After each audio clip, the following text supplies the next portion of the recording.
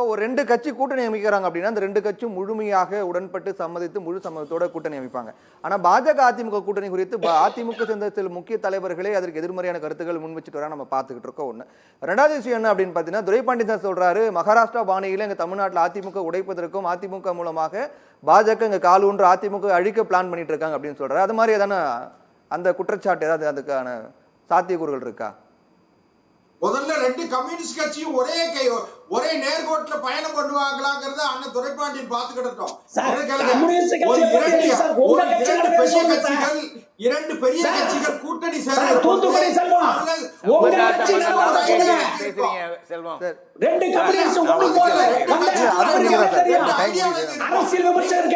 அவசியம் இல்லாம குறுக்கீடு பண்ணாதீங்க. முதல்ல 2 கட்சி 2 ஐடியாலஜி இருக்கும். 2 கொள்கை உடைய கட்சிகள் குறைந்தபட்ச சமரசத்துக்கு உட்பட்டு அமைப்பதுதான் கூட்டணி. அதனால கூட்டணிக்கு நீங்க ஒரு விஷயம் கேளுங்க சார்.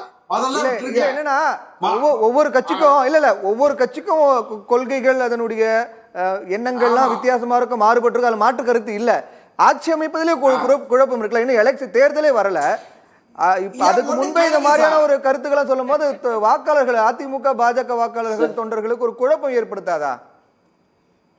நான் இன்னொரு விஷயம் கேட்டீங்கன்னா, அவசியம் ஏற்பட்டால் கூட்டணியில் பங்கேற்போம். அதான் அவசியம் ஏற்பட்டால் கூட்டணியில நாங்கள் சூழ்நிலை நீங்க அப்படி சொன்னீங்க. அமித்ஷா அப்படி சொல்லியே சார். திரு அமித்ஷா அப்படி சொல்லலையே. எங்க தலைவர் சொன்னதா கரெக்ட்டுங்க. எங்க தலைவர் என்ன சொல்றாரு? நீங்க சொல்றீங்க அவசியம் ஏற்பட்டால் சொல்றீங்க. ஆனா அமித்ஷா ஒரு இடத்துல கூட அப்படி சொல்லல. அவர் 4 முறை சொல்லும் போதும் ஆட்சியில் நாங்க அங்கம் வகிப்போம், அரசாங்கத்தில் அங்கம் வகிப்போம் ரொம்ப கிளியரா சொல்றாரு. நீங்க தான் சொல்றீங்க அதுக்கான தேவை ஏற்பட்டா அப்படின்னு சொல்றீங்க. சொன்னா என்ன அர்த்தம்? நீங்கள் வெற்றி பெற்றால் அப்படின்னா நாங்க கூட்டணியில மந்திரி சபையில சேருவோம்னு சொல்றோம். திமுகவை மாதிரி பூர்சுவா குணம் அண்ணா திமுக இல்ல. திமுகவை போல பூர்சுவா குணம் பாரதிய ஜனதா கட்சியிட்ட இல்ல. ஏகாதிபத்தியமா இருக்கிறாங்க. மிகப்பெரிய பணக்காரர்கள் மட்டுமே இருக்கிற மிகப்பெரிய அதானி அம்பானி போன்ற பணக்காரர்களை கொண்ட கட்சி தான் பிஜேபி. அங்க குட்டி பூசெல்லாம் கிடையவே கிடையாது. நான் ஒரு விஷயம் சொல்லிடுறேன்.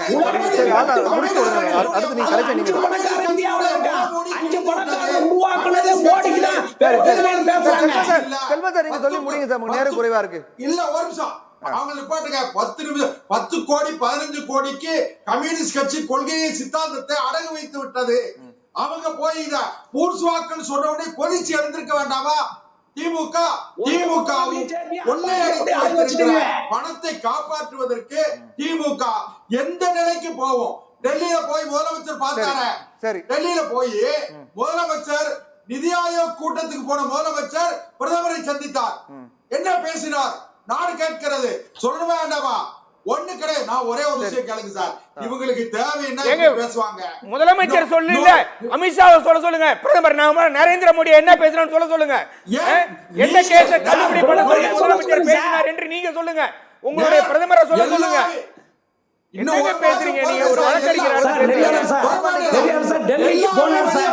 எங்க தலைவர் எப்படி சிங்கப்பூர்ல நின்னு பேசுறாருல.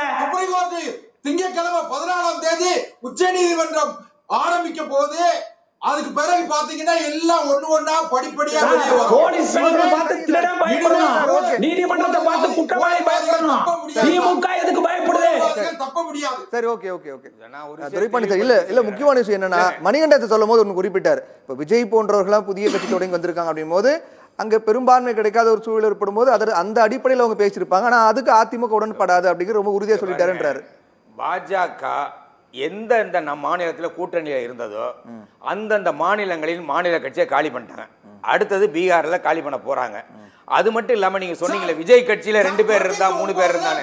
எந்தெந்த மாநிலங்களில் வெற்றி பெற்ற பிறகும் பல மாநிலங்களில் வெற்றி பெற்ற பிறகும் கூண்டோட கட்சி மாற்றி ஆட்சி அமைத்திருக்கிறார்கள். 2021 கூட்டணி இருந்தாங்கல்ல சார்? 2021 கூட்டணி இருந்தாங்கல்ல? யாரு? அதிமுக பாஜக. ஆமா. அப்போ பாஜக அதிமுக சிதைக்கணும்ன்ற ஜெயிச்சிருந்தாங்க அதுதானே அவர் சொல்றாரு. நல்ல செல்வம் தான் அரசியல் நல்லா பேசுறாரு. நாங்க 20-30 இடத்துல 50 இடத்துல ஜெயிச்சோம்னா கூட்டணி தான்ட்டாரு. அப்போ என்ன நல்லா இல்ல மற்ற மாநிலங்கள்ல மாநிலங்களோட பாஜக தேர்ந்து கட்சி அழிக்கிறாங்க. மற்ற அருணாச்சல பிரதேசல பாஜக மெஜாரிட்டியா இருந்ததா? எப்படிங்க ஒரு மாநிலத்தோடைய சட்டமன்றத்தையே மாத்திட்டாங்க? எப்படிங்க ஆட்சிக்கு வந்தாங்க? இப்ப மகாராஷ்டிராவுல கேள்வி என்ன சார், இப்ப நீங்க சொன்னீங்க மற்ற மாநிலங்கள்ல மாநில கட்சியோட சேர்ந்து பாஜக அந்த கட்சி அழிச்சிருக்காங்க சொல்றீங்க. இப்ப தமிழ்நாடு 2021 கூட்டணி இருந்தாங்களா? அப்ப ஒண்ணும் பண்ணல. அதிமுக இன்னும் இல்ல. சரியா தான் இருக்காங்க. இப்ப என்ன விஷயம்னா அப்ப முடியல. இப்ப நான் ஒரு கேள்வி கேக்குறேன், ஏன் பதில் சொல்ல மாட்டேங்கிறீங்க? ஏன் உங்க செங்கோட்டையனோட தனியா பேசுறாரு? ஏன் உங்க தங்கமணியோட தனியா பேசுறீங்க? இவங்க ஒரு பக்கம் அதிமுக எடப்பாடி பழனிசாமியோட பேச்சுவார்த்தைனா தங்கமணியோட என்ன பேச்சுவார்த்தை, செங்கோட்டையனோட என்ன பேச்சுவார்த்தைனா இதான் மகாராஷ்டிரா பாணி. அது நடக்க போகுது ஒண்ணு. அதுக்கு அடுத்தது என்னன்னா இவங்க இந்த கூட்டணியில ஒரு கட்டாயத்துல உட்கார்ந்து இருக்கிற மாதிரி தெரியுதுங்க. மூச்சு முட்டிக்கிட்டு பழனிசாமி அங்க உட்கார்ந்து இருக்கிறார். என்ன விஷயம்னா என்ஆர் கன்ஸ்ட்ரக்ஷன் என்பது ராமலிங்கம் கன்ஸ்ட்ரக்ஷன் கம்பெனி என்பது சிபிஐ ரைடிலும் என்போர்ஸ்மெண்ட் டைரக்டரேட் ரைடிலும் மாட்டி இருக்கிறது. அதுல இருந்து தப்பிக்கணும்னா ஒரே வழி பாஜக காலில் சரணாகதி அடைவது தவிர அதிமுக வேறு வழி இல்லை என்று சொல்லிதான் இன்னைக்கு சரணாகதி அடைந்திருக்கிறார் திமுக மேல. அப்ப ஒரு நியாயம், அப்ப ஒரு விஷயத்துக்கு போய் சொல்லுங்க. அப்பனா திமுக போய் பார்த்தா கேஸ் அட்ஜஸ்ட் பண்ணிக்கலாமா? அப்ப நீங்க கேஸா நடத்தல, வேணும்னு தானே போய் நீங்க என்போர்ஸ்மெண்ட் டைரக்டரேட் பயன்படுத்தி ரைடு விடுறீங்க, வேணும்னு தானே சிபிஐ பயன்படுத்தி ரைடு விடுறீங்க. அப்ப உங்களை பார்த்துட்டா உங்களை அட்ஜஸ்ட் பண்ணிட்டா கேஸ் இல்லாம போயிடும், உங்களை எழுத்துக்கிட்டா கேஸ் போட்டுருவோம். இன்னைக்கு நாடு முழுவதும் நடக்கிறத இங்கேயும் செய்ய பார்க்கிறார்கள். அதனால தமிழ்நாட்டுல தாமரை மலர்வதற்கான வாய்ப்பே இல்லை. இரட்டை இலையும் தோல்வி அடைய போகிறது. மீண்டும் திமுக ஆட்சி தான் தமிழ்நாட்டில் மலர போகிறது. 2026 மீண்டும் திமுக வரலாறு.